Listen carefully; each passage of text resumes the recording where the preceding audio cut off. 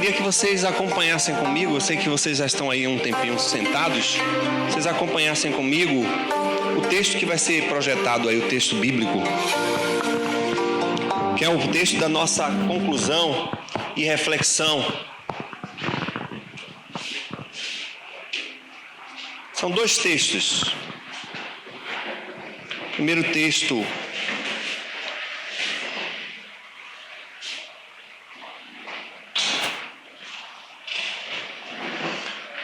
está em Romanos capítulo 12, 1 e 2. Aí na projeção a ordem está inversa.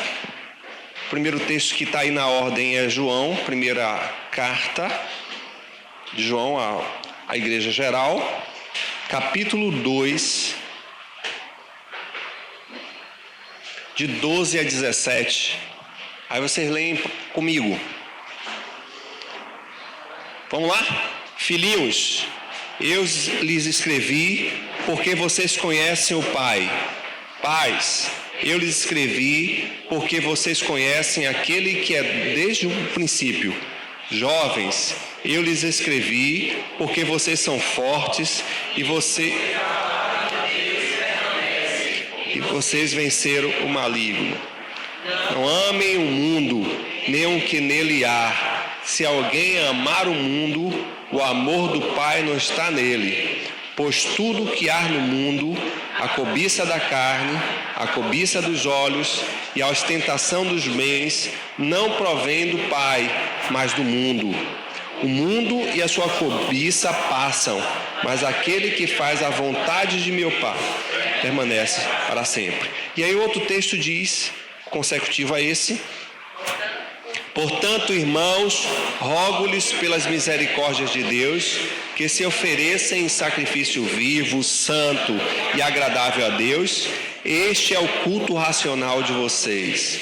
Não se amoldem ao padrão deste mundo, mas transformem-se pela renovação da sua mente, para que sejam capazes de experimentar e comprovar a boa, agradável e perfeita vontade de Deus. Senhor, eu te peço que de forma objetiva o teu Espírito possa falar, concluir aquilo que já vens falando desde o início.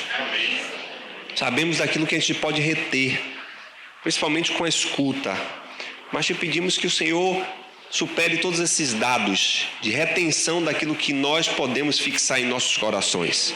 Que o teu Espírito penetre, fale, mas que, se houver graça da parte do Senhor, o Senhor possa operar aquele milagre que palavras nenhuma humana pode fazer, nenhuma terapia pode alcançar, nenhum tratamento humano pode fazer, mas o Senhor pode e é suficiente para fazer o novo nascimento. Se aprove ao Senhor reservar esse dia, que o Senhor possa nos presentear com a conversão e o novo nascimento pelo teu Espírito. Te pedimos isso em nome do Senhor Jesus. Podem sentar, irmãos. Nós estamos falando sobre 4 estilos de vida. 4 estilos de vidas e qual é o que a gente vai adotar, qual é o que a gente vai estar desenvolvendo. Domingo passado nós falamos do estilo de vida daquelas pessoas que vivem de forma carnal, que vivem para satisfazer os prazeres da carne, vivem firmado em si mesmos e querem levar vantagem em tudo o que é para satisfação própria, mesmo que venha prejudicar os outros, é o que vale, não é? É um estilo de vida que as pessoas mais estão se identificando, porque a sociedade está pouco a pouco oferecendo essa possibilidade de você viver para o seu alto prazer. Assim está sendo as relações, assim está fazendo tudo aquilo que a gente tem de recursos. É para o seu prazer, é para você ser feliz, isso é que importa, né? Não importa os valores, não importa os princípios, principalmente os princípios judaico-cristãos que estão sendo cada dia mais desfeitos, desvalorizados nessa sociedade. Então o que importa é você ser feliz. Hoje, quero falar de forma muito resumida um segundo estilo de vida, que é o estilo da sociedade mundial, ou que nós também podemos chamar de estilo de vida mundano. A forma que as pessoas vivem, elas estão sendo pouco a pouco seduzidas a viver um padrão que a sociedade mundial está impondo, e elas nem se atentam para o fato de que estão sendo levadas. É o que nós chamamos de sociedade mundana. E aqui o tema é comunhão com Deus mediante a separação do mundo. Não há como. O texto bíblico deixa claro que não existe amizade com o mundo e amizade com Deus. E aí a primeira coisa que eu queria trazer assim como reflexão é: de que mundo nós estamos falando? Pelo menos a Bíblia fala de 3 tipos de mundo. O mundo físico, os mares, rios, céu, lua, estrela, o mundo da terra, as coisas maravilhosas que tem, cachoeira, lugares lindos, história, cultura. Isso é o mundo. É o mundo que a Bíblia normalmente se refere e tem a ver com nós estarmos nele, convivendo, nos relacionando com essa sociedade. A segunda visão que se fala também sobre mundo no contexto bíblico tem a ver com a parte que envolve a estrutura humana. Ou seja, a humanidade, seja ela em suas adversidades culturais, linguística, étnica, também é considerada como mundo. E é essa expressão que é dada muitas vezes no texto de João, quando ele fala que Deus amou o mundo, Deus amou a humanidade, Deus amou todos os povos, todas as pessoas, não importa a raça, não importa a língua, a nacionalidade, o estado que elas se encontrem, ou a sua condição social. Deus, ele ama a humanidade no modo geral. E a terceira forma, que é essa que o texto que nós lemos está se retratando e a qual nós queremos falar que é o estilo de vida, é justamente o sistema mundial. É um sistema de modelo de vida estabelecido de forma global, em que as pessoas estão sendo confrontadas ou conduzidas a viverem segundo esse padrão. E a Bíblia diz que essa sociedade mundana ou mundial, ou esse estilo de vida mundano, tem uma articulação e tem um propósito de um mentor. E a Bíblia diz que é o Deus desse século. Ou seja, há por trás da sociedade mundial, há por trás desses sistemas, desses valores, desses princípios que a sociedade, não só no Brasil, mas no mundo, está estabelecendo, que existe alguém que está maquinando, alguém que está articulando, que está programando para que a sociedade siga esse padrão. Nós vamos encontrar também na Bíblia, a Bíblia falar que há sempre uma geração, ou há uma sedição, ou há um espírito de geração. Ou seja, em determinados momentos da história da sociedade existe um espírito que prevalece ali. E é um espírito que prevalece ditando e conduzindo a sociedade de forma consciente e inconsciente para que ela venha, a sociedade global, a fazer práticas que se enquadram com o perfil dessa geração, ou desse mentor, ou desse idealizador. E quando a Bíblia fala sobre isso, ela fala do mundo de uma geração sedutora, de uma geração que está sendo conduzida porque há uma articulação ou há um espírito mundano que está agindo. E alguns teólogos modernos já conseguem enquadrar esse momento da história que nós estamos vivendo, de que o espírito sedutor é o espírito do secularismo, que já foi aqui anunciado nessa explanação aqui por Esther, no seu testemunho, principalmente que esse processo da secularização do mundo vem vários outros valores. Dentre esses valores vem a humanização e o relativismo, que já foi aqui muito bem falado. Ou seja, a sociedade dessa geração, ela está sendo ensinada, estimulada, fortalecida pela mídia, pela cultura, pelas ciências, pela política, para que se torne uma sociedade humanizada. Mas não humanizada no seu aspecto positivo, de olhar o homem e o ser humano como alguém que necessita de acompanhamento, de assistência, mas humanizada no sentido de que faça desse homem o centro e a razão e o viver de toda a geração. E aí se pensa em todas as leis, em toda a conjuntura política, a cultura e uma série de coisas que tem a ver com o que nós falamos desde a semana passada sobre a nova era. Essa nova era, ela vem impondo valores para a sociedade, pela qual ela, sociedade, população, no modo geral, não consegue distinguir como algo que está sendo conduzido para o seu próprio mal. Por quê? Porque lhe falta, sociedade, conhecimento de Deus. E como também esse espírito do século, ele anula a religiosidade soberana universal, ela passa a relativar também a questão religiosa, porque você tem o seu Deus, eu tenho o meu. Mas o importante é que é um só Deus. Isso não bate, irmãos. Isso não bate, nunca bateu em momento nenhum da história. Muito menos não bate com os princípios bíblicos, que sempre se refere a Jeová como o Deus, não um Deus. E essa sociedade, ela está conduzindo esses valores que o evangelista João diz que são valores que não são compatíveis com o amor de Deus. Ou seja, quem ama essa forma de vida, esse estilo de viver, esse padrão de vida, não pode ser amado por Deus, nem pode amá-lo, porque são seduzidos para posições opostas. Quem vive segundo os padrões, o estilo de vida do mundo, da sociedade mundana, não vai conseguir agradar a Deus, nem pode ficar em cima do muro. Nem pode achar que em alguns momentos, que é aí que está o perigo da igreja, a igreja está justamente nessa dança de valores entre agradar e amar a Deus e agradar e amar o mundo. Aí não tem como acordar a igreja que tem um manual, que tem princípios pré-estabelecidos pelo próprio Deus. A igreja, ela não pode estar nessa condição de, em alguns momentos eu posso ser mundo, eu posso aceitar os valores do mundo, mas em algum outro momento eu tenho que rejeitar esses valores. Não.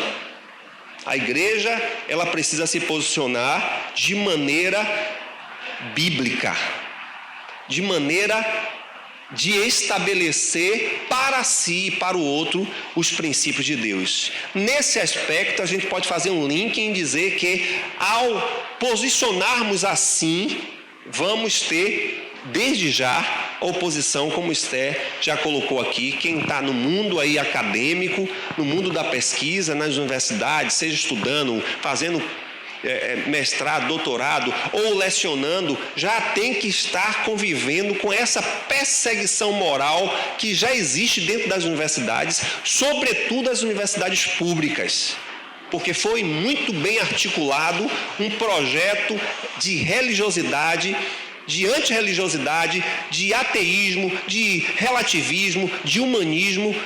E aí eu não quero trazer valores aqui que foi PT, que foi PSDB, eu não quero falar isso. Eu quero falar que houve um planejamento e foi muito bem estabelecido esse planejamento, de maneira que não tenho dados, mas pelo que eu vejo, a maioria dos professores das universidades públicas são defensores de uma vida ateísta, uma vida liberal, uma vida relativada.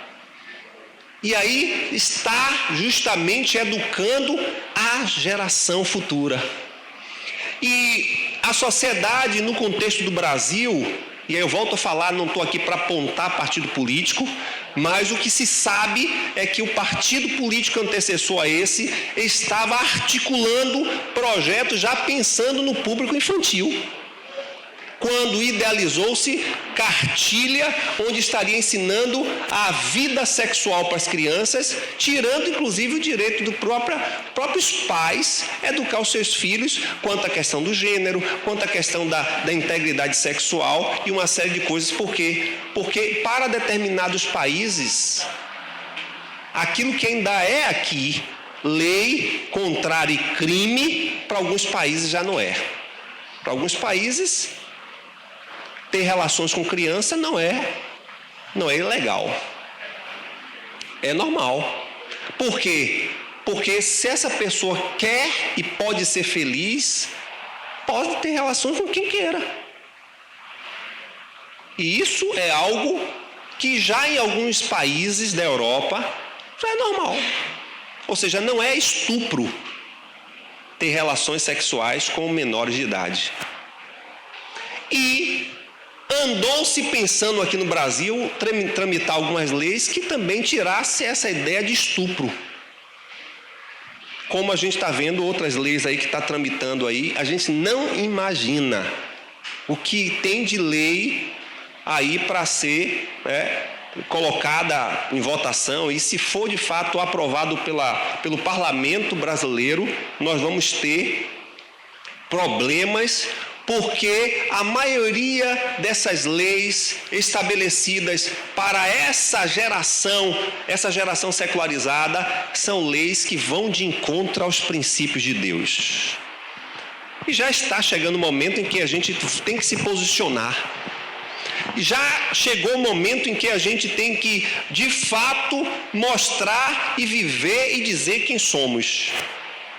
Eu já relatei aqui que em determinado momento ali, no Menino da Fruta, chegou uma cidadã defendendo a relação sexual livre e começou a discutir, eu comprando ali a goiaba, ouvindo, a gente tem que ter tolerância, não é? Estávamos ali ouvindo, mas o que eu acho mais interessante é que esse pessoal quer tolerância para si, mas não tem tolerância para com o outro. Porque eu estava ouvindo a opinião dela e estava respeitando. Mas quando eu tomei a dar a minha posição, aí ela começou a me desrespeitar. Eu disse, agora você não me tolerou. Eu te ouvi o tempo todo. Eu ouvi você dizer, e eu ouvi com meus ouvidos, ela dizer que se a filha, que tem 5 anos, quiser daqui a mais adiante, que quiser ter relações com animal, com homem, com mulher, com o que ela quiser, ela tenha. Porque a vida dela é dela e que ela seja feliz. Eu ouvi aquilo, lógico, engolindo, parecendo que estava engolindo um sapo, mas eu ouvi e disse, ok. Mas você falou isso e o menino vendendo ali, olhando para a minha cara, porque ele não estava concordando. E eu disse para ela, eu respeito. Quem tem a responsabilidade de educar sua filha é você e seu esposo, que já não é mais assim. Mas a minha filha, ela é menina. E eu peço a Deus para que ela venha casar com um homem. Aí ela se levantou de calma, agora só tem que respeitar, a filha é minha. Eu educo do meu jeito. A senhora não está educando a sua filha para ter relações até com animal? Eu disse alguma coisa? Mas é esse discurso que a sociedade tem. De que se pensarmos diferente deles, nós somos intolerantes. E cadê o meu direito de opinar? Cadê o meu direito de dizer o que é que eu acho?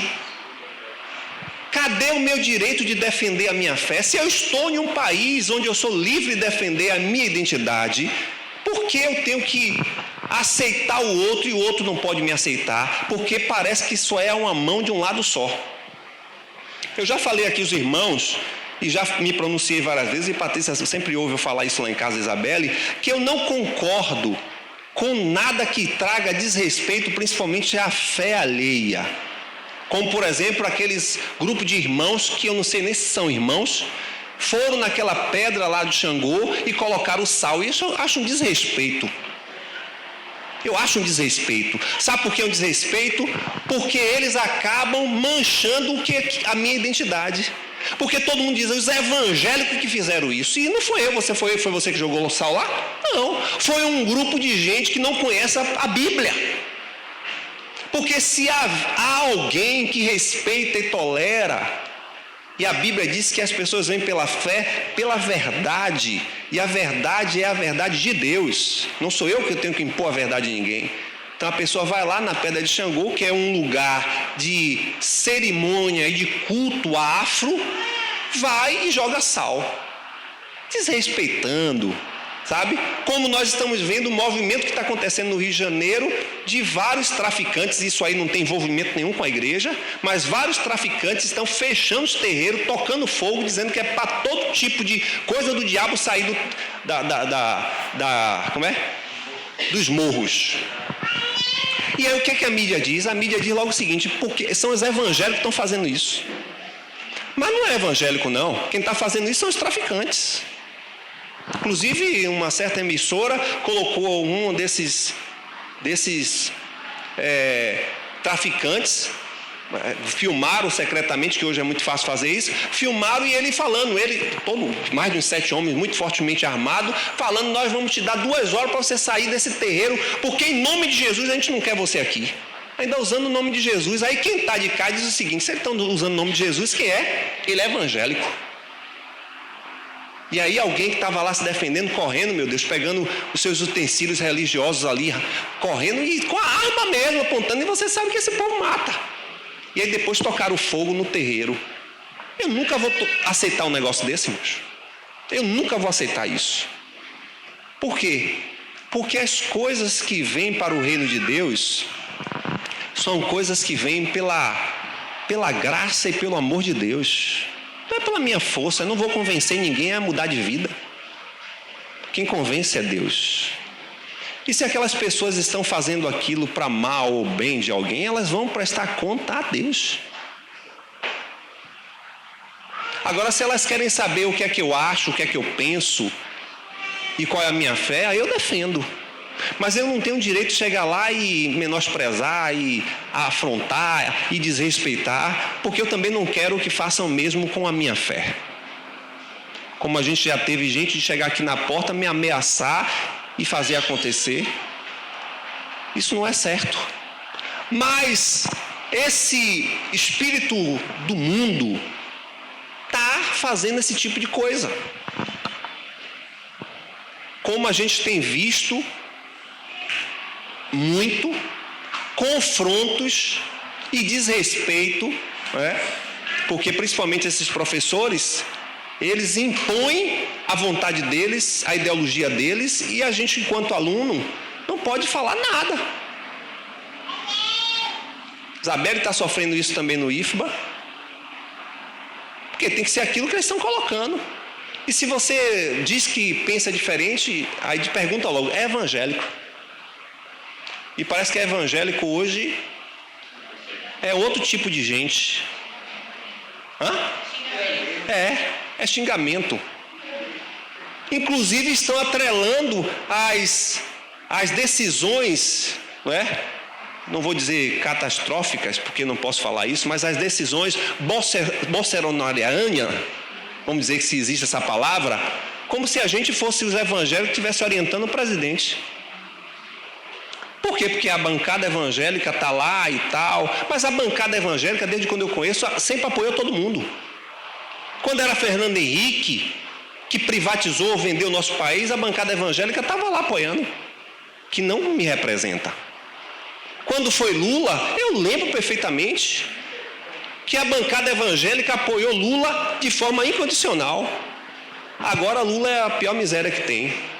Agora a vez é Messias, Porque a bancada evangélica está lá. Essa bancada evangélica que nós temos na Câmara do nosso país não é uma bancada que represente a igreja. Primeiro, porque a igreja não é política. A igreja apoia, a igreja assiste, a igreja fiscaliza, a igreja cobra da política, mas a igreja não se envolve com política. E aí eu já digo logo: pastor e político não há compatibilidade. Porque fulano é pastor e é deputado. Ou ele é deputado ou ele é pastor. Mas não dá para ser as duas coisas. Mas José do Egito, ele era governador e ele era de Jeová. José era José. Será que a gente consegue encontrar na política evangélica um deputado que tem as mesmas características de José do Egito? Que seja evangélico? Até quem a gente acha que pode ser alguma coisa, sai algum escândalo e pronto, acaba. Irmãos, um espírito mundanizado, E aí a gente vai encontrar o seguinte, eu não vou me deter aqui porque é muita coisa para falar, mas a gente pode observar algumas características da mundanização ou dos atrativos que o mundo faz. Dos atrativos, o mundo é sedutor. É uma das principais características do mundo. Seduzir. Seduzir para que a gente seja parceiro. Seduzir para que a gente aceite os princípios da sociedade mundial. Que a gente seja tido como incluídos, os aceitos, né? Porque se eu aceito o aborto, eu sou bem visto. Se eu aceito a liberação de armas, e nós não temos educação nenhuma para ter liberação de armas nesse país, aí eu sou bem visto. Se eu aceito a liberação da maconha, então eu sou, esse pastor é gente boa. Essa igreja eu quero ir. Mas se eu me pronuncio dizendo eu sou contra as drogas, seja droga lícita ou ilícita, que eu sou contra o aborto, que eu sou contra a liberação de armamento nesse país que o povo não tem educação para nada, não vai ter educação para usar arma por defesa própria, como é nos Estados Unidos e a maioria dos países europeus. As pessoas sabem usar a arma porque têm consciência dos seus direitos. E aqui não sabe, aqui o pessoal vai botar a arma na cintura, vai sair, vai ficar parecendo que é lampião. Que se a pessoa flechar ali no carro, ele vai, bufo, dá tiro.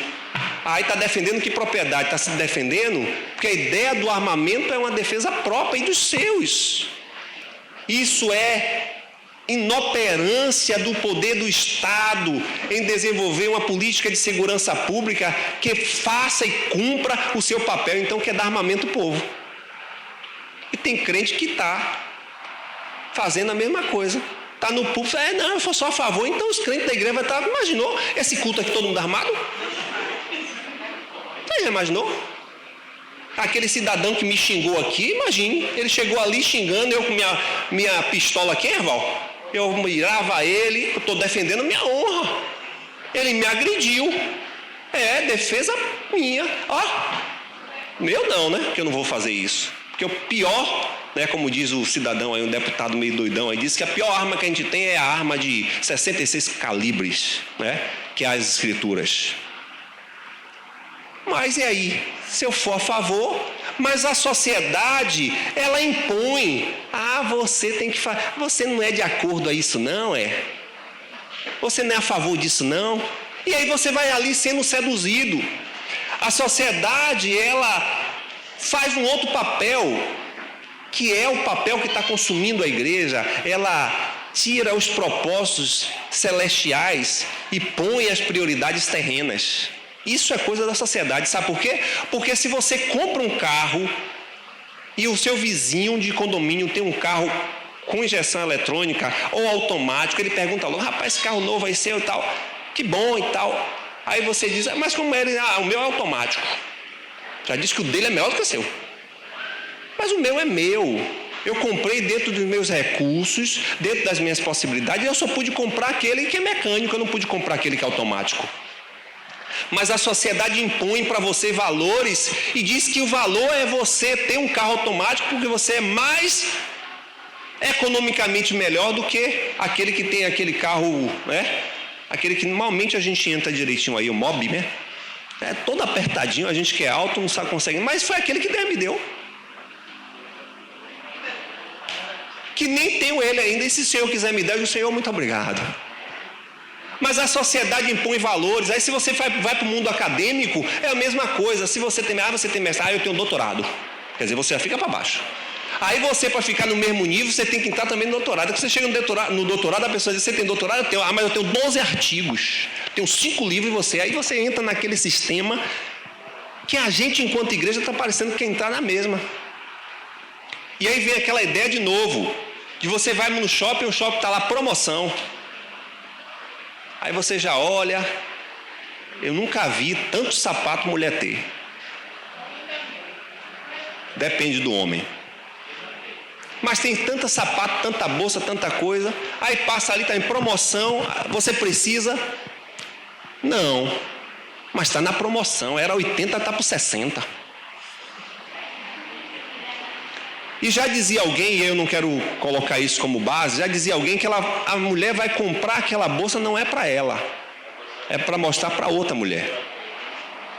Eu não acredito que isso seja regra geral. E nem acredito que as irmãs aqui da igreja, né? Porque ninguém aqui fica observando, né, que Carla vem vestida, que é que não. Isso não acontece aqui. Ninguém fica olhando qual é o vestido, qual é o óculos que a irmã tá. Minha irmã comprou um óculos novo, foi? Olha, homem não observa essas coisas não, viu, irmãos? Mas mulher observou logo, olhou logo. Jobson, você está de óculos novo. Mas aqui na igreja não acontece isso. Ou acontece? Isso é o que a sociedade impõe.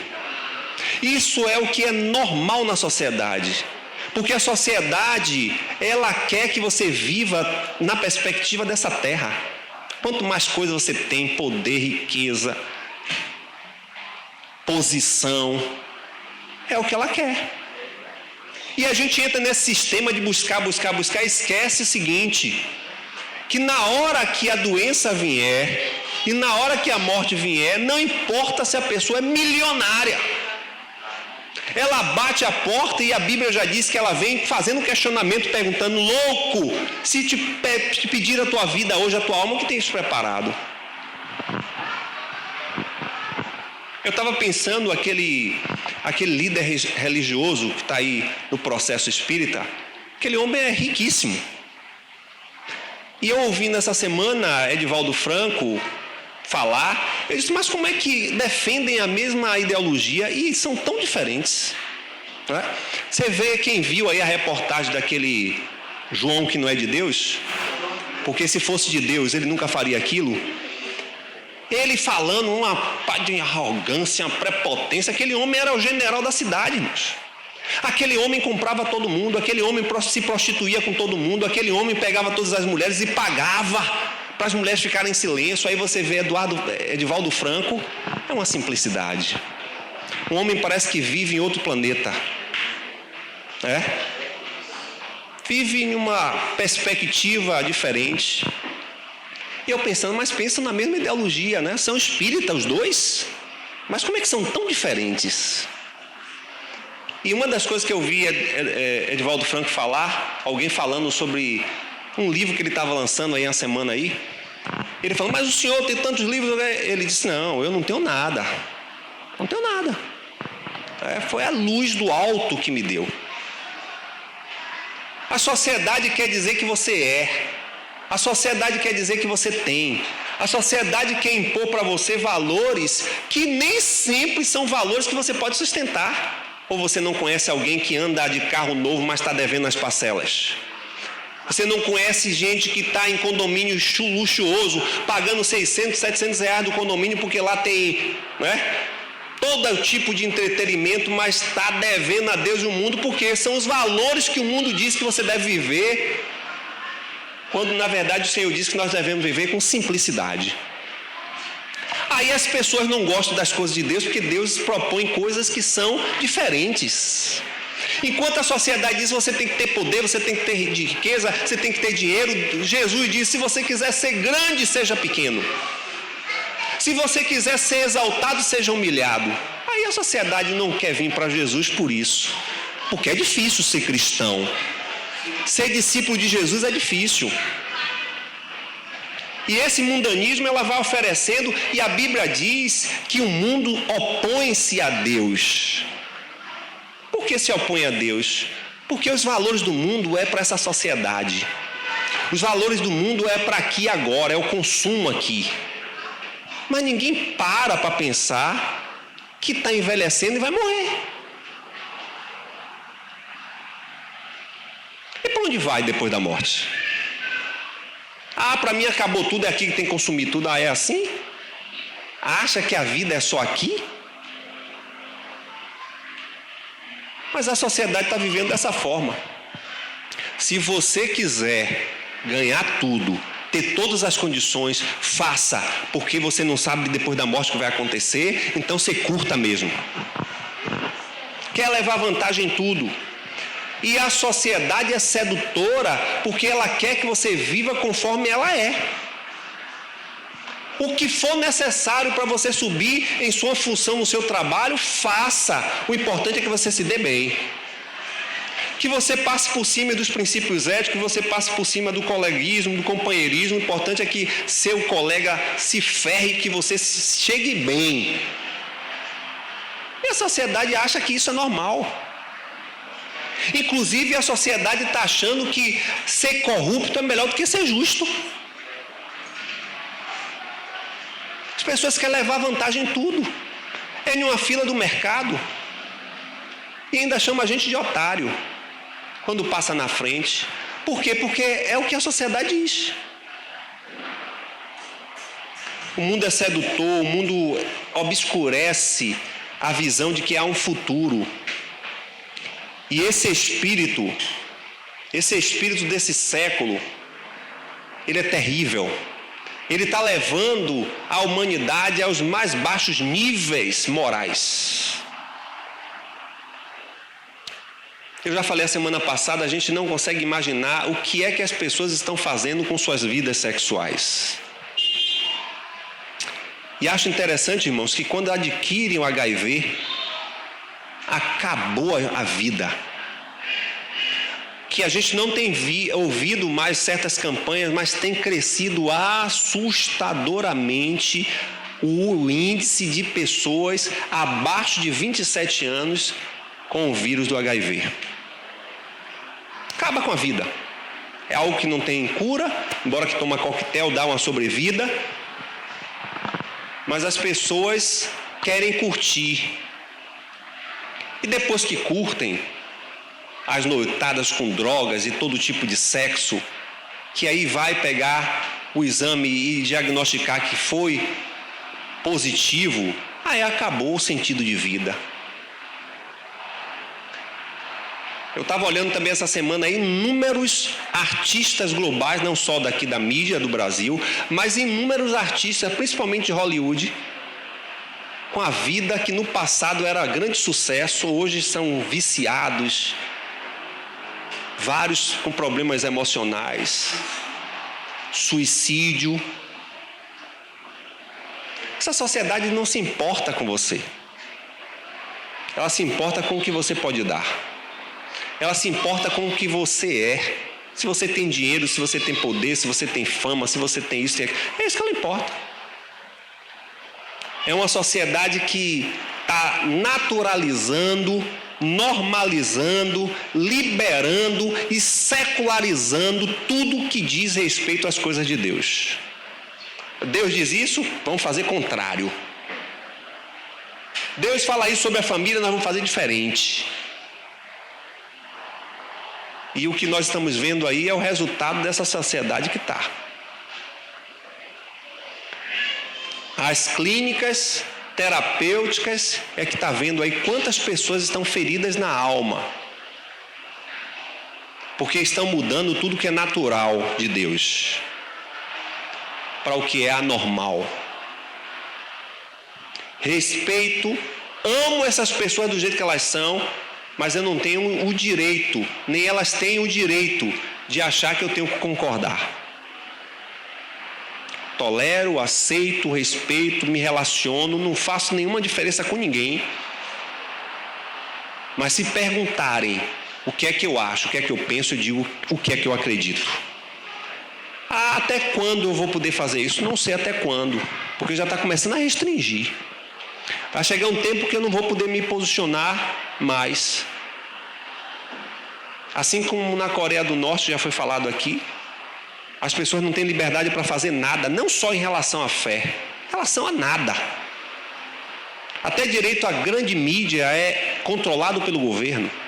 Acesso às universidades é controlado pelo governo. Tudo é controlado pelo governo. O mundo é oposta à proposta de Deus. Há uma grande incompatibilidade em amar a Deus e amar o mundo. E acho interessante que o evangelista João, ele diz assim, que não é alguma coisa do mundo, mas ele diz que tudo do mundo, tudo no mundo não é compatível com as coisas de Deus. Lógico que eu estou falando desse mundo, né? Sistema. Eu não estou falando de praia, de rio, porque tem gente que confunde, de cultura, de lazer. Existe muita coisa linda na cultura. Há muitos lugares lindos. Isso tem a ver com o mundo físico, geográfico, mas eu estou falando de mundo, valores e sentidos da humanidade. Há incompatibilidade. Por que a incompatibilidade? Porque se alguém ama o mundo, não tem como amar a Deus. Por que incompatibilidade? Porque tudo o que o texto diz aí, o versículo 16, tudo o que há no mundo, tudo o que há no mundo, não vem de Deus, mas vem do próprio mundo. Se a Bíblia diz que tudo que há no mundo não vem de Deus, que é coisa do mundo, como é que nós, enquanto discípulos, vamos viver cogitando na possibilidade de andar conforme o mundo e conforme os princípios de Deus? Não tem como. É incompatível porque o mundo busca a sua soberba, e eu acho interessante que o evangelista João, ele vai falar de 3 características principais que o mundo descreve. E eu queria que você pensasse comigo aí sobre essas características, que são essas 4 razões, esses 4 motivos, e dentro desses motivos ele vem falando, o primeiro motivo que ele vem falando é que o mundo, nós, enquanto cristãos, não podemos amar o mundo por causa do que o mundo é. Eu não tenho como amar o mundo porque o mundo é do jeito que é. Ninguém é de ninguém, como falam aí no carnaval, né? Ninguém é de ninguém. A segunda coisa que eu não posso aceitar amar o mundo é por causa do mundo, pelo que o mundo faz. O que o mundo faz é normal, é natural, para mim não é. E aí vem 3 valores, ou melhor, 3 marcas ou características dessa sociedade. A primeira é uma sociedade voltada para aquilo que é consumo da vida na sua concupiscência. E aí o texto vem descrevendo a ideia de que essa cobiça da carne envolve todos os valores de tentação, de desejo, de prazer. A sociedade acha que tudo isso é normal. O prazer que é oferecido é normal. Esse sistema dá essas 3 armadilhas terríveis. A primeira armadilha é a armadilha da cobiça da carne, a segunda é a cobiça dos olhos. E a soberba, a cobiça dos olhos tem a ver com tudo aquilo que passa, pelo menos pelo início, pela janela da nossa alma. Tem gente que não aguenta ver as coisas dos outros. Há uma cobiça terrível. E tudo o que nós fomos observar, seja no início da história, a queda, até hoje, nós vamos observar que é estimulado pelo mundo e por Satanás para que a pessoa possa ter essa visão e essa percepção de desejo. E ele fala da soberba da vida. São 3 armadilhas terríveis. A soberba da vida se leva a entender sobre o poder, a fama, o dinheiro, os bens. Tem gente que só vive para isso. Ostentar coisas. Elas se relacionam com as pessoas pelo que as pessoas têm. O mundo está indo, seria o 4º motivo, o mundo está indo para um caminho de perdição. E aí o texto diz, algo interessante no versículo 17, diz que tudo que há no mundo é transitório, não permanece, passa.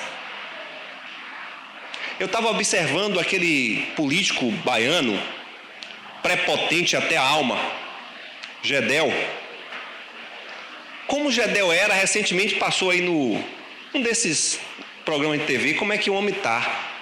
Olha que dieta ele fez, irmãos. Está magrinho. Gedel. O que é que uma penitenciária não faz, né? Aquele homem prepotente que tomava uma dose de uísque de R$7.000, agora ele está tomando dose de uísque lá na penitenciária. Acabou. Aquela prepotência, aquela arrogância, acabou. Agora é um homem de vergonha. Sua família toda menosprezava. Irmãos, tudo isso aqui passa. Tudo passa. O dinheiro que a sociedade tem, que as pessoas têm, passa, acaba. A fama acaba, a gente vai envelhecer, a gente vai morrer, acaba com tudo. Mas as coisas de Deus são coisas permanentes. É por isso que não bate. Amar a Deus, amar o mundo não bate. Porque o mundo, tudo que há no mundo, tudo que ela pode proporcionar, passa. E passa mesmo. Mas as coisas de Deus permanecem. E eu quero finalizar dizendo como é que você vai vencer o mundo. Só existe 3 passos para você vencer o mundo. Primeiro é um passo, diríamos assim, determinante e definitivo. Só vence o mundo quem é nascido de Deus. Só essa possibilidade. João, escrevendo no capítulo 5, diz que a fé que vence o mundo. Tudo isso que está acontecendo nessa sociedade, a gente só vence se a gente realmente tiver nascido de Deus.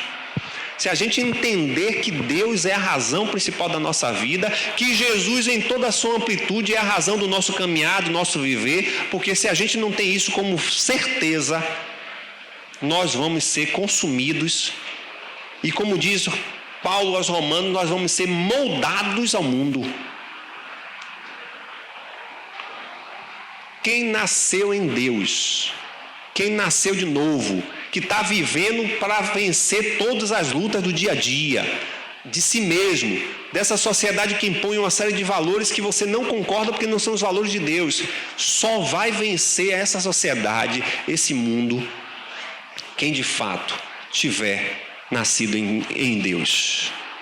A segunda coisa é que, aí também no capítulo 5, versículo 5 de 1 João, ele diz que vence o mundo quem tem fé. Mas não é qualquer fé. É fé no conhecimento de Jesus. É fé na certeza de que o que Jesus fez na cruz e todo o projeto dele até hoje, para a sua vida, para a minha vida, eu preciso acreditar que foi feito tudo aquilo para mim. Que aquela morte na cruz não foi uma morte qualquer, foi uma morte porque ali ele estava levando os meus pecados, porque não tem ninguém bom. Não tem ninguém que queira fazer a bondade. A prova disso é que o próprio Deus mandou Jesus, porque ele disse que ele não viu na terra um justo.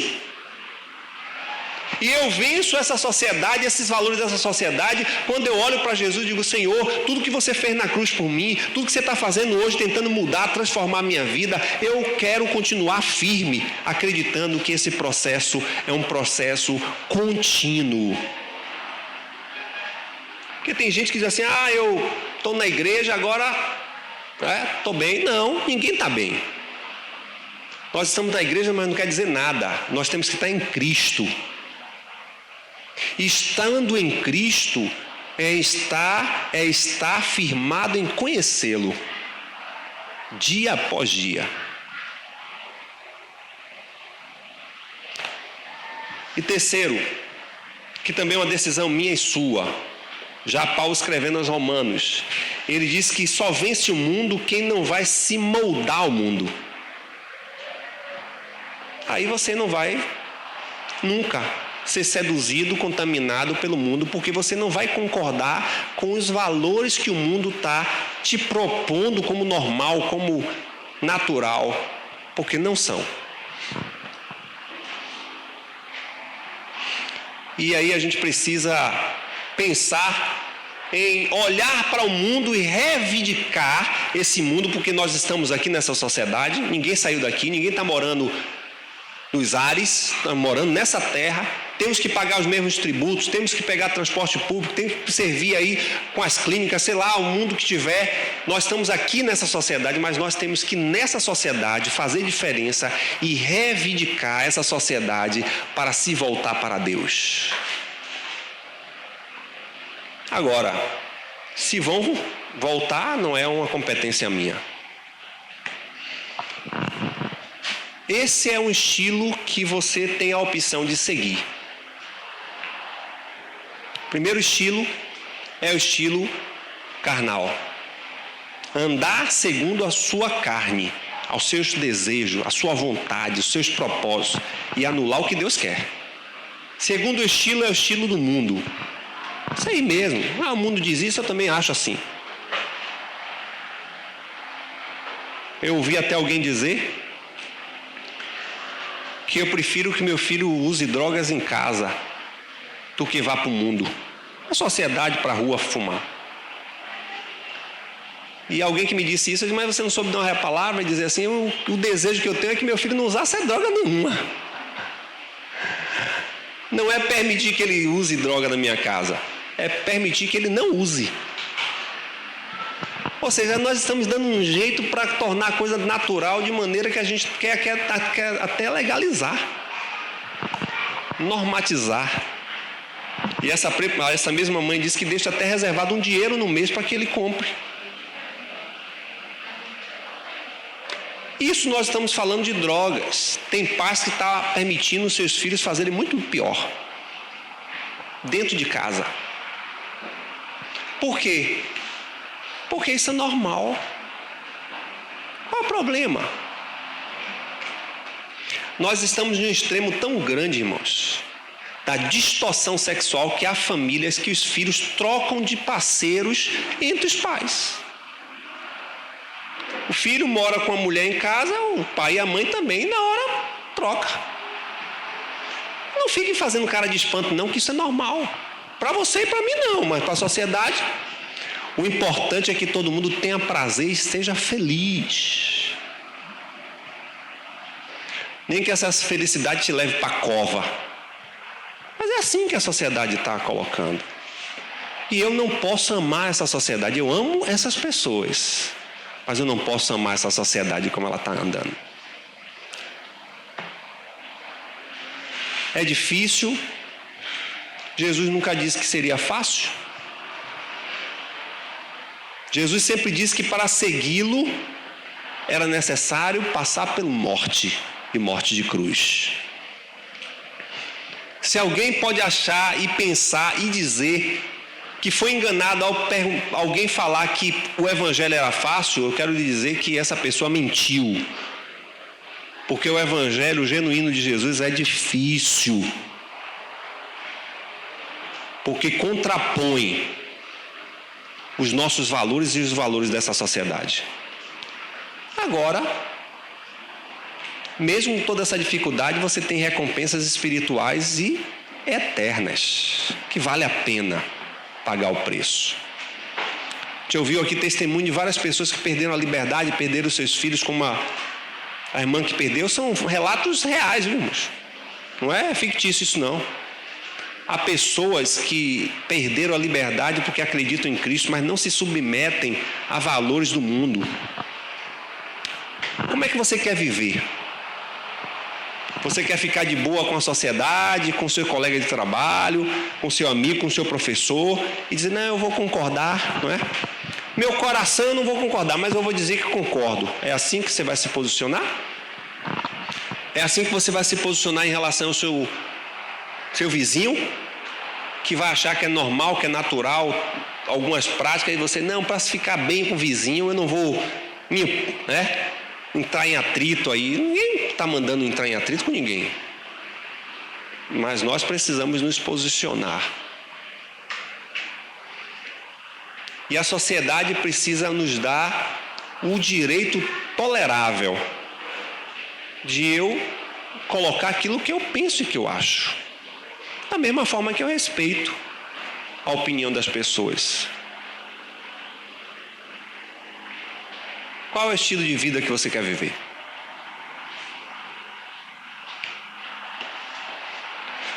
Até então a gente já percebeu que o estilo carnal não dá para ser compatível para viver a vida com Deus. Então tem que descartar essa possibilidade. E viver também agradando o mundo, viver com os valores do mundo e viver a vida com Deus também não é compatível. Então você também não tem a opção de viver o estilo do mundo. Não tem muitas opções. Próximo momento nós vamos falar sobre o espírito do estilo de vida satânico. Mas não se preocupe não, que eu não vou falar de Satanás. Eu vou falar dos propósitos dele. Eu vou falar do que ele está articulando em tudo isso. No final de tudo isso, ele tem um propósito. Ele tem um propósito de ver como esses homens insanos, desequilibrados, vão para a televisão e dizem assim: eu matei fulana porque eu a amo. Como se houvesse possibilidade de amor gerar a morte. Onde é que está isso na Bíblia? Amor gera vida. Ela me deixou e eu amava tanto, matei meu filho e ela, e vou me matar também. É o que ele está vendo na televisão aí. Matar a mulher por nada. Vamos ficar de pé?